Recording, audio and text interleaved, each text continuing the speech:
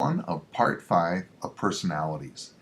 The importance of learning how to speak to a personality comes down to this. If you were being talked to, would you rather listen in the way that you like to listen or the way a person likes to talk? Pretty simple. You want to listen the way that you take information the best.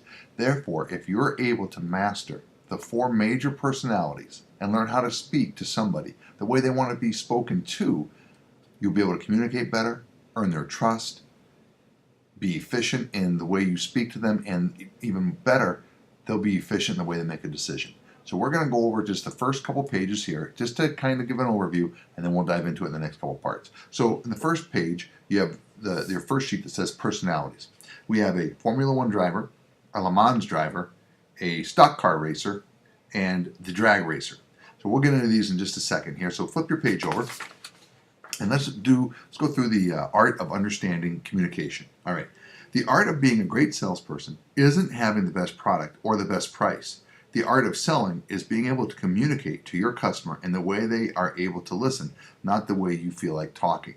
So if I'm a person who is a quick results, I don't want to hear all the labor pains, I just want to see the baby, but yet I'm talking to an engineer, it's not going to really work out together. So it's, again, the way they want to listen. The difference is the very key to keeping your customer's attention and involvement in the sale. If you can keep them involved, you can start them becoming your friend. If they become your friend, they become endeared to you and committed to you. If they're endeared and committed to you, they're more likely to buy from you. It all just rolls together, right? Perfect communication allows the customer to follow your points, your emotions, your expertise, and your conviction. Artful communication allows a bonding between your customer and you. And consistent communication enables a tempo and an energy to draw your customer to you. So if I were sitting here and my energy was really low and I'm just kind of reading in a monotone, it'd be very hard to listen to. You wouldn't even want to pay attention. But yet if I draw you in somehow, either by my movements, so you can see my hands, draw you in, or somehow keep my head moving, my eyes lit up, my face scrunched down when I need to really think about stuff. Now I'm starting to be artful in my communication to you. I'm starting to be very clear in it. I'm starting to have a perfect way to talk to you so that you want to stay engaged with me. Right? So let's turn the page over. Answer each of these questions about your customer and you'll increase your sales potential 100%. All right? So what defines a person? What makes a person who they are? Well, their paradigm, which is all of their past experiences gathered to make a viewpoint on their current at-hand issue. Right? What motivates a person?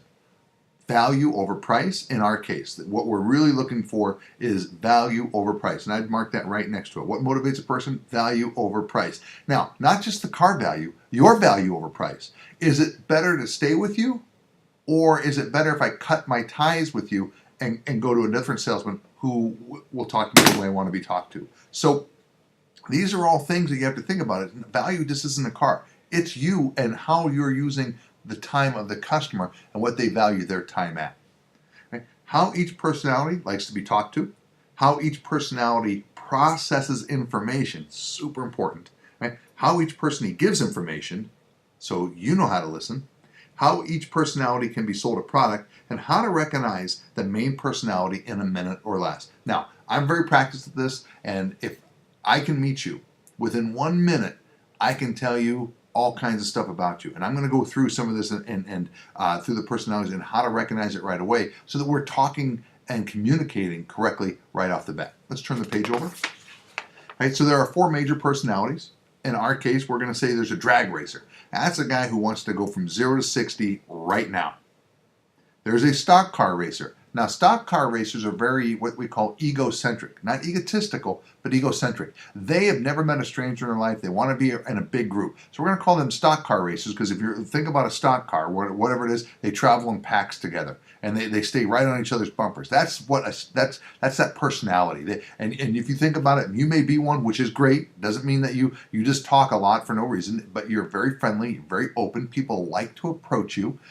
Your customer who's like this is very approachable. The stock car racer is just the person who likes to be around other people.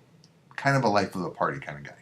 The Le Mans racer is a person, they're not worried about being first or last through most of the race. They just care about being first in the last lap of the race. So they're a person, they're in it for the long haul, 24 hours. They're there and they're just going to take their time. They're never going to seem in a rush. They're never going to seem overwhelmed by the process. They're just going to gather information, and you're going to be thinking, wow, this guy's a dead fish, or this lady won't make a decision. That's not really what's happening. It's just the way they process information. And lastly, the formula car racing, they plan their work and they work their plan.